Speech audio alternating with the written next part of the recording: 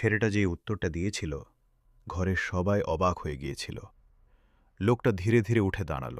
সে বলল, তুমি জানো কেন তুমি এটা বুঝতে পারলে? ছেলেটা মাথা নাড়ল। না। লোকটা বলল, কারণ তুমি প্রতিদিন শত শত মানুষকে দেখেছ। চা বানাতে বানাতে তুমি তাদের মুখ পড়তে শিখেছ। ছেলেটা তখন বুঝতে শুরু করল, তার ছোট্ট চায়ের দোকান আসলে একটা বড় স্কুল ছিল। লোকটা টেবিলে একটা ফাইল রাখল। ফাইলের ওপর লেখা ছিল স্পেশাল ট্রেনিং প্রোগ্রাম। লোকটা বলল, আজ থেকে তুমি একটা নতুন কাজ শিখবে, যে কাজ সবাই করতে পারে না। ছেলেটা ধীরে ধীরে ফাইলটা খুলল, কিন্তু ফাইলের ভিতরে যা ছিল তা দেখে সে একেবারে চুপ হয়ে গেল। কি ছিল সেই ফাইলে? নেক্সট ডেতে জানা যাবে।